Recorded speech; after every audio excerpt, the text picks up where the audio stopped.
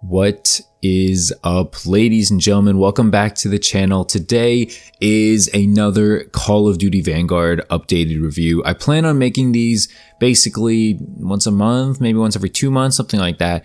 Basically, I want to let you guys know, for anybody searching for, whether Vanguard is worth it in November, in December, in January, in 2022, whatever. I want to make these updated videos, and some parts are going to be overlapped from previous ones, but you got to keep in mind that not every single person watches every single one of my videos. Mix that in with the fact that each video is probably going to get some new people, so they're not going to have heard what I've said in the past. Mix that in with the fact that there's going to be new DLC updates, new seasons, new playlists, new weapons, all that kind of stuff. So there's more and more to talk about. Plus, there's going to be fixes to the game every week or two. So something I complained about a month ago might get fixed, and some things I complained about in this video probably will also get fixed within like a week or two. So it serves as, it's probably fine to make a video like this every month or so. I'll see, but for now we'll keep it at that. If you enjoy the video, this is going to be basically is Vanguard worth it updated video. Go ahead and leave a like, subscribe if you're new to the channel, hit that notification bell so you'll be notified the next time I upload, which should be pretty much every single day because I do YouTube every day here.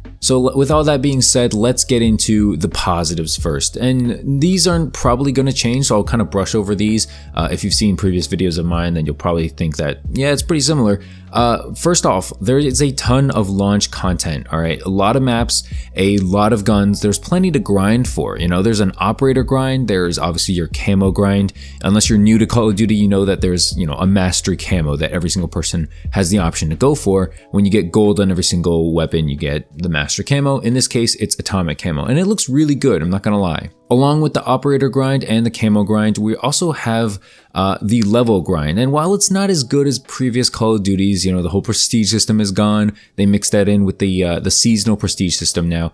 It is still something to grind for. You got your double XP tokens, you got your double weapon XP tokens. There are issues with those, and I'll talk about that in the cons section, but for now, it is still nice that we have the option to grind and level things up. Another positive I will say is this game runs on the much smoother Modern Warfare engine compared to, the Cold War stuttery engine, we'll say.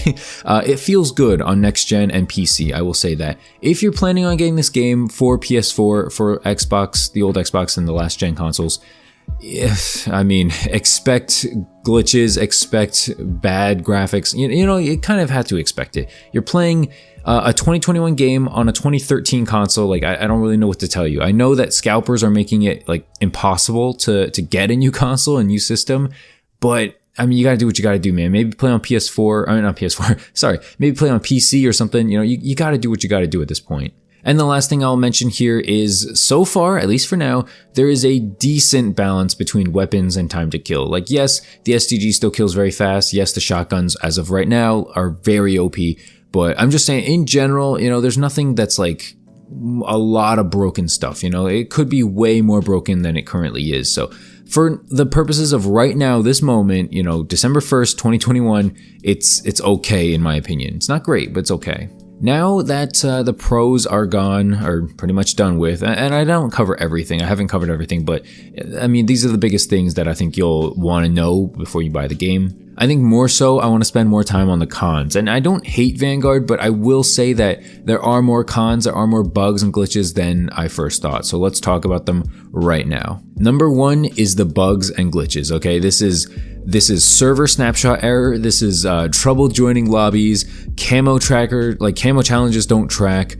These are there's just so many things. There's a lot of things right now that randomly kick you out of games, that randomly just disrupt your flow. Packet burst, that's a huge thing. If you don't know what packet burst is, it's basically a form of lag in a way, where you kind of just like stutter for a second and then just like fly across, or your game will just freeze for like a second or two, which is kind of a lot in like an FPS like Twitch shooter, right? If you're just frozen for a second and you come back, there's a good chance someone saw you and killed you before you could obviously react, because you couldn't react.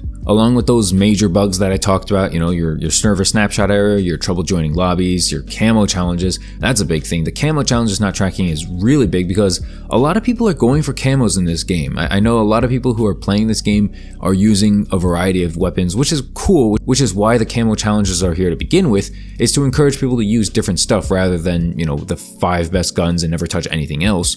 So it's cool that they're doing that, and it's cool that people are actually participating in it this year compared to other years. I feel like people just didn't really want to. But camo challenges not tracking, for instance, some proficiencies on your assault rifles, some of them aren't even in the game, and you're expected to get 100 kills with something that's not even, usable on your gun. That's kind of messed up, especially, if you're a casual player and you see that, you're going to be super confused. You're not going to know to look online and, switch to the frenzy attachment instead of the, whatever other attachment. You're not going to know that, Another big thing about this game and about future Call of Duty games, unfortunately, is the skill-based matchmaking. Yes, it's in this game. Yes, it is pretty strong. I know a lot of people are saying, and this is just subjective, and honestly, I kind of buying into this as well, but for some reason, I feel like the skill-based matchmaking isn't as strong as the previous Call of Duty games. Maybe I'm just making this up, but this is just kind of my experience so far.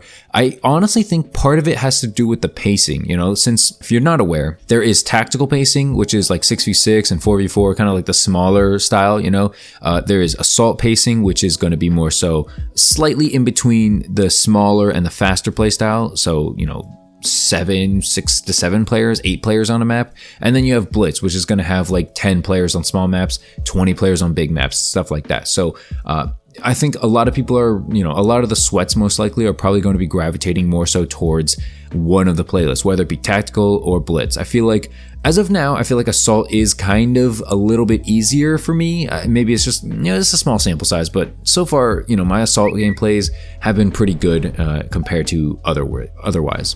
Another thing that's not really a con, but kind of annoying in my personal opinion, is the MVP screen. They added this new thing where, at the end of every match, you get an MVP screen and you have to vote and just kind of sit there in the lobby for 20, 30 seconds, and people are just not happy with it. It doesn't really serve much purpose.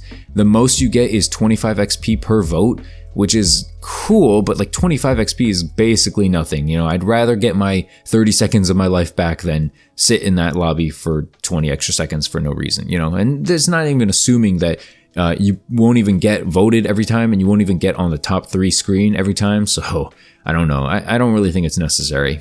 Another gripe I personally have, I don't know if everyone has it, they probably do, is that the gun grind, leveling up your weapons, takes very, very long in this game. And the bad part about this is the fact that many of these weapons have 70, 60 levels, but the bad thing is that a lot of the good attachments and a lot of the attachments that make the guns worth it, not only in Vanguard, but probably in Warzone as well, are at the very end. They're at 50 or 60 is when you start unlocking decent attachments to make the gun good. So you have to use pretty subpar guns with bad attachments for a fairly long time. It's not great, it's not a great feeling. Mixing that in with weapon XP, it's kind of slow, and you have double weapon XP tokens, right? Unfortunately, those don't often work correctly they never work correctly, because once you pop it, it does not count your in-game time, right? It counts your time in the lobby, in your MVP screen, queuing for a match, all that stuff. It counts all of that stuff instead of just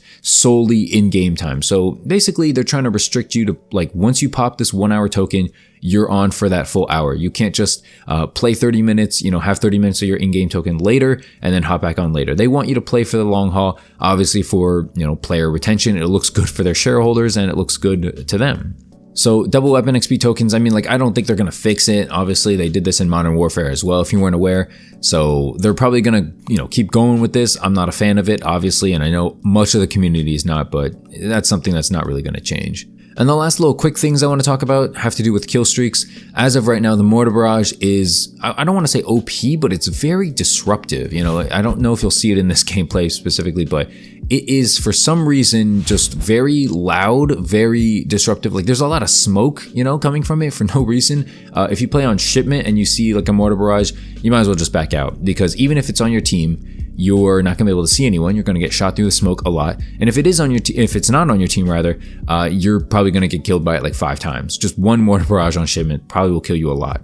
And the other kill streak thing that's the kind of messed up right now is dead drop. It's basically giving unlimited like streaks. You know, if you're a good player, you know, you kind of will have dead drop pretty often, and then you're going to be able to cycle your streaks fairly often as well. So that's very annoying. You know, if someone gets dogs, they easily can run dogs again in like 2 seconds by just getting like one more kill. It's not right. You know, I hope it's not right. You know, I hope they fix that. So you've sat through like 10 minutes-ish of me kind of rambling on about the good and bad at this game. What is the overall verdict, dude? What are you trying to say? Should I get this game? Should I not get this game? As of right now, December 1st, 2021, my answer, my verdict overall here is that you should not get this game yet. Yes, I know that's going to come as a shock to a lot of my subscribers who watch me, you know, basically every day, who say that, you know, I like this game a lot. I say this a lot. And I still do, you know, I really do. But when it comes to like a casual player picking up this game, I can't see them liking this game. This game does not appeal for casual players. If you're a, you know, non-casual player, which you're probably not watching this video. You probably already bought the game if you're not casual. So I'm assuming everyone watching this is like a casual viewer or a casual gamer, or, you know, someone who doesn't get caught every single year, just wondering, you know, should I get this or not? I'm talking to you guys right now. I don't think you're going to like this game as of right now, okay? It's just very grindy. If you're a casual player, you're probably not going to like that part. Maybe you will, I don't know. But as the bugs, you know, the bugs, the glitches, the errors, they need to fix this, all right? I say at least wait until the next season. If it's on discount, maybe get it, you know? But like at the same time, it's not finished, you know? As much as I like to say, you know, there's a ton of content, ton of maps and stuff like that, ton of guns at launch. It's still not finished from, you know, a fundamental perspective. It's finished from like a polished, like, yes, there's enough content perspective, but from a fundamental, like, does it work for perspective? Not really. You know, they really need to fix lobbies. They really need to fix packet burst, skill-based matchmaking. There's a lot of things that need to be tweaked, and, you know, hopefully Sledgehammer Games will be able to do so. But that's it for the video. If you enjoyed it, go ahead and leave a like, subscribe if you're new to the channel, and thanks so much for watching. Appreciate you guys so much. I'll see you in the next one. Have a great day, guys. Peace.